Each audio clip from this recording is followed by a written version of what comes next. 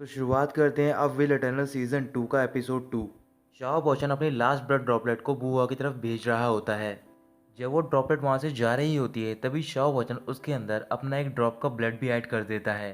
बुहुआ की तरफ जाते टाइम जो एंसेस्टर होते हैं वो ड्रॉप को रोक लेते हैं। शाओ बॉचन काफ़ी घबरा जाता है और वो बोल रहा होता है कि एंसेस्टर को पता नहीं लगना चाहिए, क्योंकि इसके अंदर मेरा ब्लड मिक्स है और जो मेरा ब्लड है वो रियल इमॉर्टल ब्लड है। लेकिन अगर एंसेस्टर को शक भी हुआ तो फिर उन्हें यही लगेगा कि मैंने ज़्यादा ट्राई किया है। एंसेस्टर उस ड्रॉप को चेक करते हैं और बूहुआ की तरफ जाने देते हैं। जैसे ही वो ड्रॉप बूहुआ एब्जॉर्व कर लेता है तो फिर अचानक से उसके अंदर कोई रिएक्शन होना स्टार्ट हो जाती है।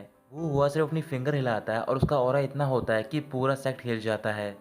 इसके बाद बूहुआ अपनी पोर्टल की ओर जा रहा होता है तभी शाओ वजन भी पोर्टल की ओर देखने लग जाता है। इसी वजह से शाओ वजन एक इल्यूजन के अंदर फंस जाता है और वहाँ पर उसे किसी की आवाज़ आ रही होती है जो कि उससे बोल रहा होता है कि मुझे आकर ढूंढो।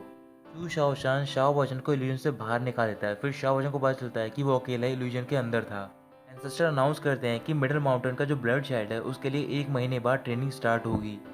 ये कहकर एंसेस्टर चले जाते हैं। फिर कुछ देर बाद सोनचे शाओ वचन को अपने साथ एक जगह पर लेकर जा रहा होता है। शाओ वचन पूछ रहा होता है कि तुम मुझे कहाँ पर लेकर जा रहे हो। सोनचे वहीं पर रुक जाता है और वो शाओ वचन से बोल रहा होता है कि अगर मेरी आंट ने नहीं बोला होता तो फिर मैं तुम्हें कभी भी सॉन्ग फैमिली के ट्रेजर लैंड में नहीं लेकर आता।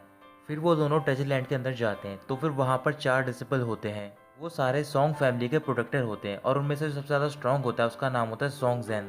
सोनचे सबको एक जगह पर इकट्ठा करता है और उन्हें बता रहा होता है कि आज मैं तुम सबको जो ब्लड चाइल्ड की ट्रेनिंग है उसकी इन्फॉर्मेशन देने वाला हूँ। हमारे पास ज़्यादा टाइम नहीं बचा है, इस वजह से हमें तैयारी करनी होगी। जो ब्लड चाइल्ड की ट्रेनिंग होगी उसमें 3 स्टेज होंगी।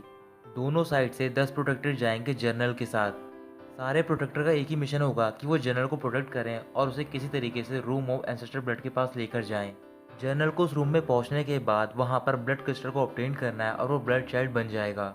मैंने सुना है कि ज़्यादातर जितने भी प्रोटेक्टर होते हैं वो सारे एलिमिनेट हो जाते हैं और एलिमिनेट का मतलब होता है डेथ। हमारी पहली स्टेज होगी कि हमें एंसेस्टर की रिकग्निशन को ऑब्टेन करना होगा। दूसरी स्टेज में हम सारे लोगों से रिसोर्सेज छीन सकते हैं क्योंकि वो हमें आगे आने वाली स्टेज में फ़ायदा करेंगे। और आखिरी स्टेज है कि हमें किसी भी तरीके से डायरेक्ट रास्ता ढूंढना होगा रूम के लिए। इसके लिए कोई भी रूल्स नहीं है, हम चाहे कुछ भी कर सकते हैं। अब बात करते हैं हमारे अपोनेंट के बारे में।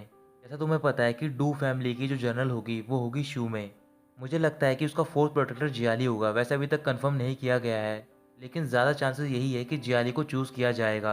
अब उनकी बात करते हैं जो प्रोटेक्टर सेलेक्ट हो चुके हैं। पहले का नाम है युनशान और दूसरे का नाम है होंगवू। उन दोनों ने पहले से ही लेट फाउंडेशन को इस्टेब्लिश कर लिया है। साथ ही में उनके पास ट्रेजर भी है तो फिर उन्हें हराना बहुत ही मुश्किल होगा। ये सुनने के बाद शाओ पोचन अपने मन में बोल रहा होता है, मैंने सुना है कि इन दोनों के अलावा एक और प्रोटेक्टर है जो कि बहुत ज़्यादा स्ट्रांग है। तभी सोनचे बोलता है कि ये दोनों बहुत ज़्यादा पावरफुल है लेकिन हमें एक पर्सन से बच के रहना है। वो पर्सन इन दोनों को आसानी से हरा सकता है क्योंकि उसने पहले से ही लीड फाउंडेशन को क्लियर कर लिया है। उसका नाम है शाओ चिंग। जब दूसरी ओर शू में जियाली से फाइट कर रही होती है। वहाँ पर यूनशान और होंगवू भी होते हैं। यूनशान होंगवू से कह रहा होता है, मैंने सुना है कि इस बार सॉन्ग फैमिली की तरफ से ये जांग भी पार्टिसिपेट कर रहा है। होंगवू पूछ रहा होता है क्या तुम डीमन ये जांग की बात कर रहे हो। यूनशान कहता है कि हाँ मैं उसी की बात कर रहा हूँ और वैसे भी वो बहुत ही पावरफुल पर्सन है। उसने बहुत ही कम टाइम में बहुत ज़्यादा नाम कमा लिया है।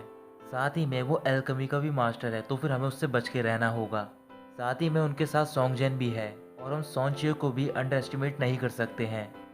लेकिन सॉन्ग फैमिली ही हारेगी चाहे वो कुछ भी कर ले क्योंकि हमारे पास एंसेस्टर शाओ चिंग है।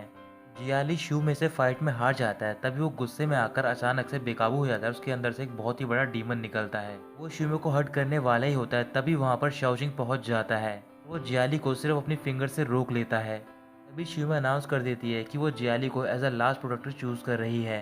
इधर सॉन्ग फैमिली की मीटिंग में शाओ वजन अभी भी शाओ चिंग के बारे में सोच रहा होता है।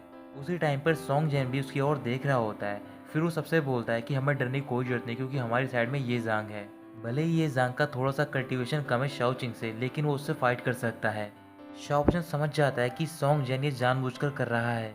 फिर शाओ वचन एक्टिंग करना स्टार्ट करता है और बोल रहा होता है, मुझे पता है कि सारे लोगों को मुझसे बहुत ज़्यादा उम्मीदें हैं। क्या तुमने कभी सुना है कि जो मिड फाउंडेशन का कल्टीवेटर होता है वो कोर फॉर्मेशन फाउंडेशन को हरा सकता है। मैं अपने आप से नफरत करता हूँ क्योंकि मेरा कल्टीवेशन बहुत ही ज़्यादा कम है।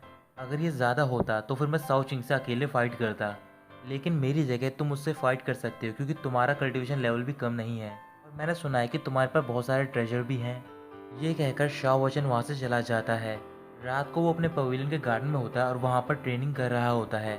ट्रेनिंग करने के बाद शाओ मुस्कुरा रहा होता है और वो बोल रहा होता है कि 1 महीने बाद मैं आसानी से 6 घोस्ट बॉडीज़ को कंट्रोल कर पाऊंगा।